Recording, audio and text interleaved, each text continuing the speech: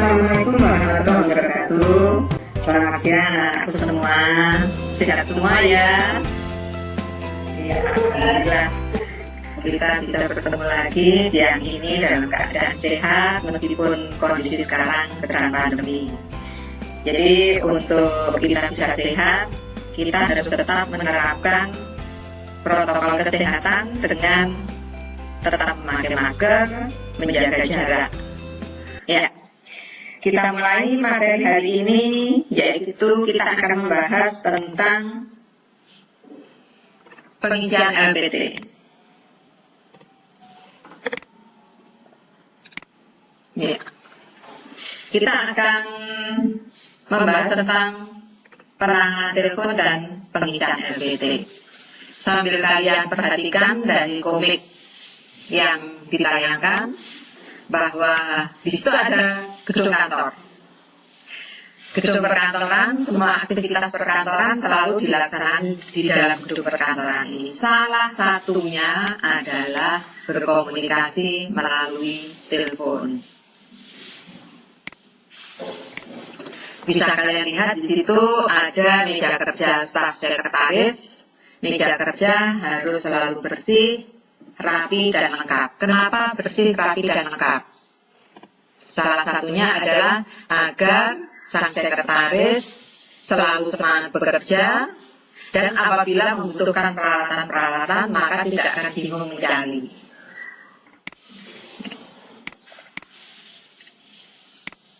Peralatan-peralatan harus lengkap. Nah, yang kita maksudkan dengan lengkap hubungannya dengan penanganan telepon, yang pertama yaitu pesawat telepon sendiri.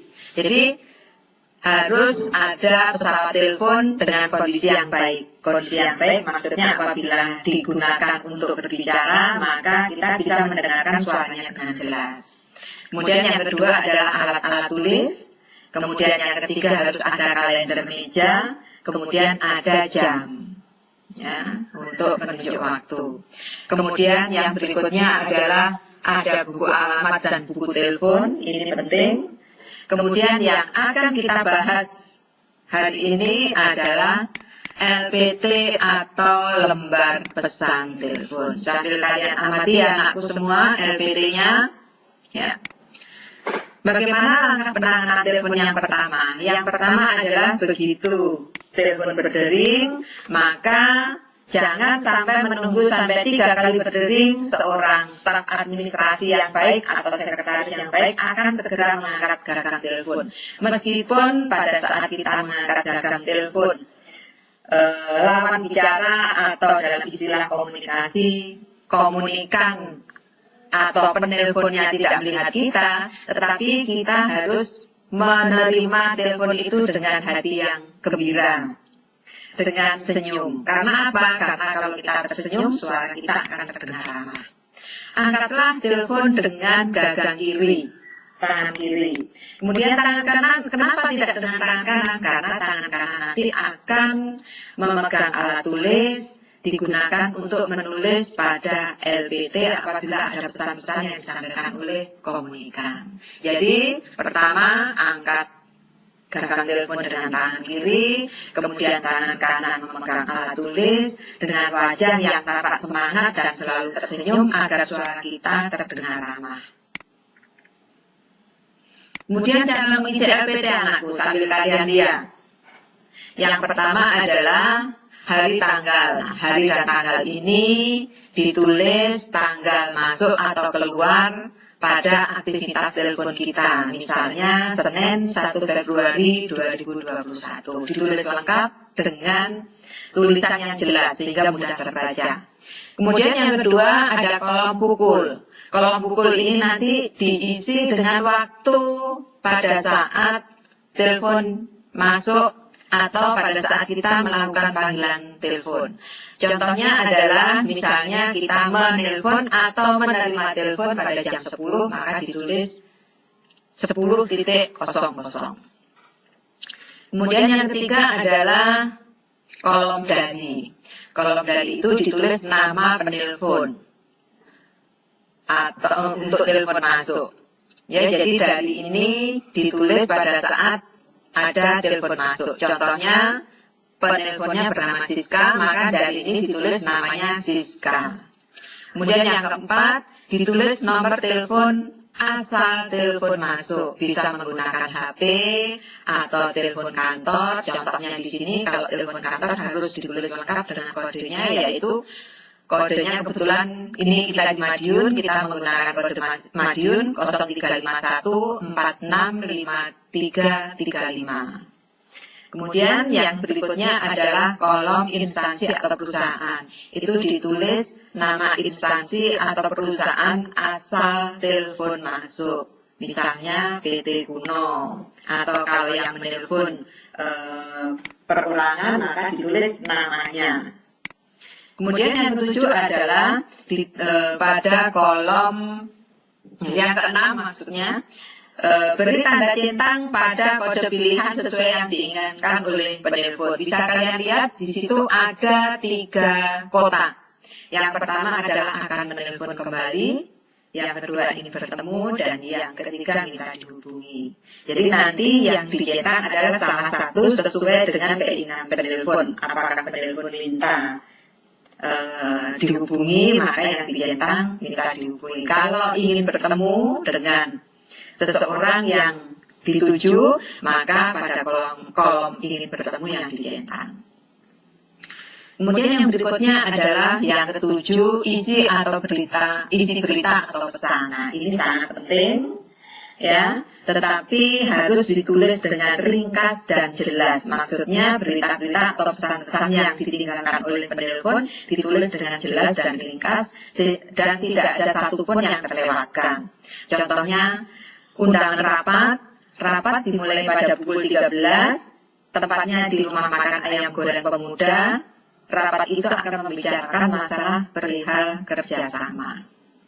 Kemudian yang terakhir, yang 8 adalah kolom penerima. Kolom penerima ini ditulis nama petugas atau staf administrasi yang menerima telepon. Kalau kalian yang menerima telepon berarti ditulis nama kalian. Ya, sudah jelas anakku? Jelas, Bu. Iya. Ini praktek untuk mengisi lembar pesan telepon. Ya, jadi pada soal ini ada soal, Anda adalah staf administrasi PT Bintang Kejora, alamatnya lengkap, bergerak di bidang pengadaan barang-barang kantor. Pimpinan Anda bernama Bapak Budiman Sujatmiko MBA, beliau sebagai manajer pemasaran. Ya, nah, informasi-informasi yang tertera pada soal ini dituliskan pada LPT secara lengkap. Ya, jadi soal itu kalian baca dengan cermat. Nah, nanti caranya mengisi, yang pertama tadi adalah tanggal. Maka diisi tanggalnya tanggal berapa anak-anak? Tanggalnya tanggal hari ini. Berarti diisi tanggal 6 Februari 2021. Ya, kemudian yang kedua yaitu pukul. Diisi jam berapa sesuai dengan di soal. Jam berapa anakku? Diisi jam sekarang yaitu jam 12 lebih 13. Iya, betul. Kemudian yang ketiga, dari siapa? Dari PT siapa? Ciputra Jaya. Ditulis lengkap dengan alamatnya. Alamatnya Jalan Tamrin, Kapling 30, Jakarta Pusat. Kemudian yang keempat, nomor telepon. Nomor teleponnya diisi seperti di soal, yaitu 0, iya, betul. Kemudian yang berikutnya yaitu nama instansi atau nama perusahaan, yaitu Penelpon? Iya, PT Ciputra, betul. Kemudian yang selanjutnya yaitu yang keenam, apakah akan menelpon kembali, ingin bertemu atau minta dihubungi salah satu dijentang. Sesuai dengan soal, maka yang dijentang ingin bertemu, ya, ingin bertemu. Karena di situ kan membicarakan tentang pembangunan rumah susun, jadi ingin bertemu, ya. Jadi kalau di soal tidak ada petunjuk apakah ingin bertemu atau ingin menelpon kembali atau minta dihubungi, maka kalian bisa merangkum atau memahami dari soal itu. Jadi tidak selalu apa yang ditulis pada LPT itu selalu tersedia pada soal. Jadi kalian bisa mengisi sesuai dengan apa yang kalian pahami di soal itu. Begitu ya. Kemudian yang berikutnya adalah isi berita atau pesan. Isi berita atau pesannya yaitu membicarakan tentang pembangunan rumah susun yang berlokasi di Cibubur yang akan dibangun pada bulan April 2021. Kemudian yang terakhir yaitu penerima. Penerimanya siapa? Nama kalian masing-masing. Jelas, anakku? Jelas semuanya, bisa dipahami sampai di sini penjelasannya? Nah, yang penting lagi, kapan LPT ini diisi? LPT atau lembar pesan telepon itu diisi pada saat telepon sedang berlangsung. Jadi pada saat sekretaris atau penerima telepon berbicara, maka tangan kanan yang memegang alat tulis tadi menulis atau sambil mengisi LPT. Bisa dipahami? Jadi sambil kalian menelpon, angkat gagang telepon dengan tangan kiri, maka tangan kanan memegang alat tulis sambil mencatat informasi-informasi itu di LPT. Sudah paham semuanya? Iya. Kemudian untuk minggu depan pertemuan kita untuk mapel ini adalah kita akan mencoba untuk praktek telepon.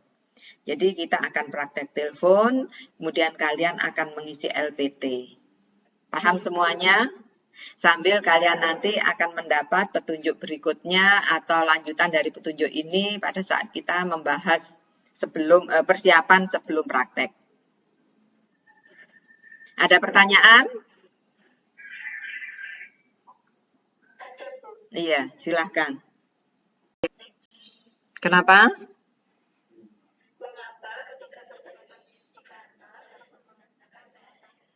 Iya. Ya, terima kasih pertanyaannya, Niken. Ya, memang kalau kita di kantor harus menggunakan telepon, harus menggunakan bahasa yang resmi. Mengapa? Karena kantor adalah situasinya situasi resmi. Contohnya aja nggak usah di kantor, pada saat kita belajar mengajar.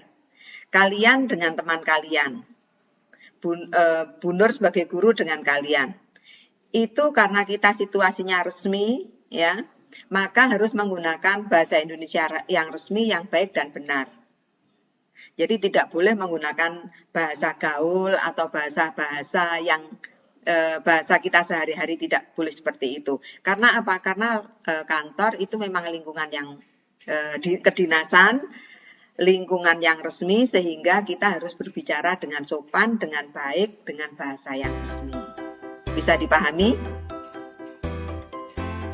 Iya, terima kasih pertanyaannya. Kita cukupkan sekian pembelajaran hari ini. Semoga apa yang kita pelajari, yang sudah Bunda terangkan, bisa kalian pahami dan bisa kalian praktekkan minggu depan dengan lebih baik lagi. Sekian, selamat siang. Wassalamualaikum warahmatullahi wabarakatuh. Tetap semangat ya anakku semuanya.